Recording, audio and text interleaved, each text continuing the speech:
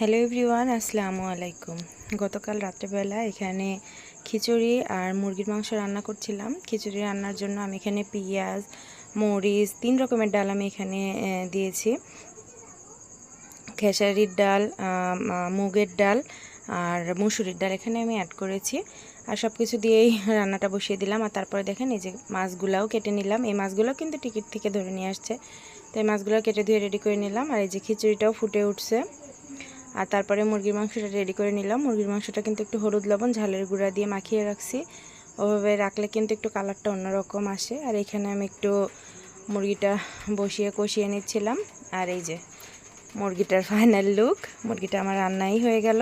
যেহেতু রাতের দিকে অনেকটা রাত হয়ে গেছিলো, সবার প্রচণ্ড ক্ষুধা লেগে গেছে।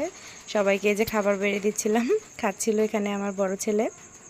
আর এটা খাওয়ার পরেও অসুস্থ ছিল, আর পরের দিন সকালে পরীক্ষা ছিল, যে কারণে ওর স্কুলে আমি নিয়ে গিয়েছিলাম। আজকের ভিডিও এই পর্যন্ত। সবাই ভালো থাকবেন।